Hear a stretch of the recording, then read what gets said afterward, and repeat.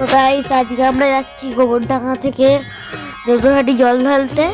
তো আমরা গোবরডাঙ্গায় ফার্স্টে যাচ্ছি ভ্যানে করে, তারপরে আসার সময় হেঁটে যাব। তো দেখো সবাই মিলে রেডি হয়ে গেছি। সো গাইস দেখো আমার সাথে আমার বন্ধু আছে, আমার বন্ধু জল ঢালতে যাওয়ার মুডে আছে। তো তাই ওর মুখে যেটা আসছে সেটাই বলে দিচ্ছে। ওর মুখটা দেখেই তোমরা বুঝতে পারছো এমনি হাসি পাবে সবার। এদিকে ওর খাওয়া বন্ধ হচ্ছে না, খেয়েও যাচ্ছে আবার বলেও যাচ্ছি। তো কি আর করার, আমরা যেতে লাগলাম। এর মধ্যেও অনেকগুলো ইয়াসিও মেরে নিল। সো গাইস চলো গিয়ে তোমাদের সাথে দেখা হচ্ছে। তারপর হঠাৎ করে আমাদের সামনে ঘুরতে এলো। ও কি একটা বলছিল না, বাট আমি তো বুঝতে পারছি না। তো আবার কিছুক্ষণ দাঁড়িয়ে আবার চলেও গেল। ওই দেখো চলে যাচ্ছে, মনে হয় আমাদের কিছু বলতে চাইছিল। তো গাইস আমাদের ওইসব দেখে লাভ নেই, আমরা এখন আবার বেরিয়ে পড়বো। ওই দেখো মাম্মাম আর সবাই চলে আসছে। এই যে আমার মাম্মা, ওরা একটু ওই পাশে গেছিল। তো গাইস সবাই বসে পড়েছে এখন আমরা যাব আবার নিয়ে। চলো যমুনায় গিয়ে দেখা হচ্ছে। A few moments later. So guys finally আমরা চলে এসেছি গোবরডাঙ্গা। এখন আমরা ঘাটের থেকে জল নেব, জল নিয়ে এবার যদুঘাটির উদ্দেশ্যে রওনা হব। তো গাইস তোমাদের একবার দেখাবো ব্রিজের ওপর থেকে যমুনাটা কত সুন্দর লাগে, আর কতই বা লোক এসছে। দেখো পুরো কি সুন্দর লাগছে গাছপালা দিয়ে।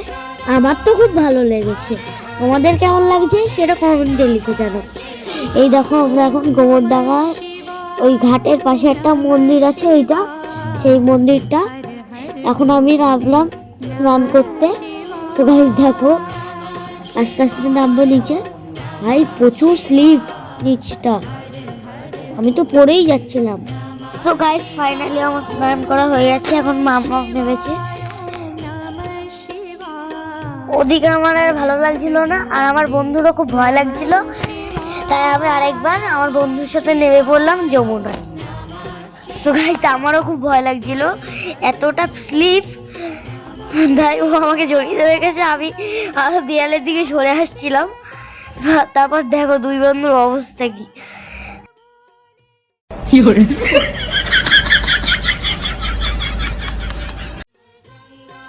ওদিকে আমিও ডুব দিতে পারি না, ও ডুব দিতে পারে না। তো দেখো আমাদের অবস্থা কি। এরপর আমরা কোনো রকমের স্নান ছেড়ে উঠে এলাম। ওদিকে দেখো কত লোক। এখন আমরা যাচ্ছি পাশে একটা মন্দিরে পুজো দিতে। তো মামা বললো একটু ফটো তুলবে, তাই ফটো তুলে নিলাম। তো আবার যেতে শুরু করলাম। এই যে আমরা এখন ভ্যানে উঠে পড়েছি পাশের মন্দিরটায় যাবো বলে। ওই যে আমার বন্ধুকে ডেকে দিচ্ছিলাম ক্যামেরা দিক ফেরানোর জন্য। তো দেখতে থাকো পরে কি হয়, ভিডিওটা একদম স্কিপ করবে না।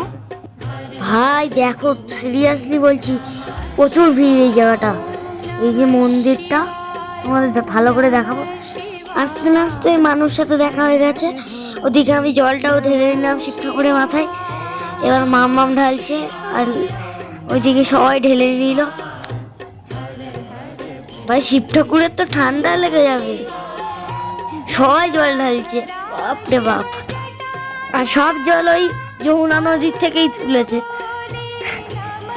সবাই ঢেলে নিল, আমারও তো ঢালা হয়ে গেছে। এবার ওই যে মানুষ ওরা সবাই এসে ঢালা শুরু করে দিয়েছে। ভাই পুরো ভিড় লাগিয়ে দিয়েছে এখানে এসে। তো ওদেরও জল ঢালা প্রায় হয়ে গেছে। তো গাইস এটা হলো গোবরডাঙ্গা কালীবাড়ি মন্দির। আর ভিতরে এত ভিড় ছিল আমাদের কালী ঠাকুরের মূর্তিটা দেখাতে পারলাম না। সো গাইস মাম্মামের হয়ে গেছে, মাম্মা আমার জন্য ওয়েট করছিল।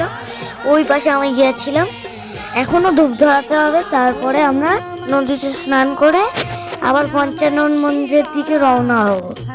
ওই যে আমি। তো গাইস ওখান থেকে জল ঢেলে আসার পর তোমাদের সাথে দেখা হচ্ছে। সো গাইস ফাইনালি আমরা চলে এসেছি ওখান থেকে বেরিয়ে। এখন এই জায়গাটা একটু জল ঢেলে নিয়ে ওই পাশে একটু ধূপ ধরিয়ে তারপরে আমরা যাব।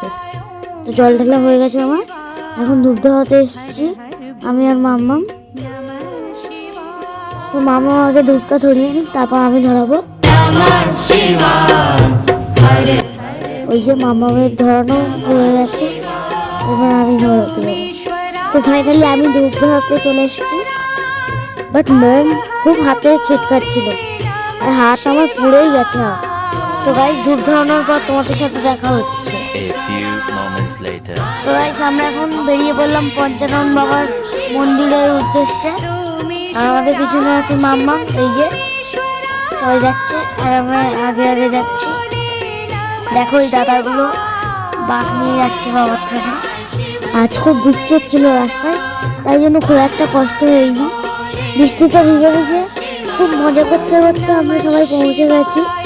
কিন্তু দেখো, পৌঁছে গিয়ে দেখি ইয়া বড় একটা লাইন। এই লাইন টপ করতে আমাদের 2 ঘন্টা লেগে গেছে। তোমরা দেখতেই পাচ্ছ কত বড় লাইন।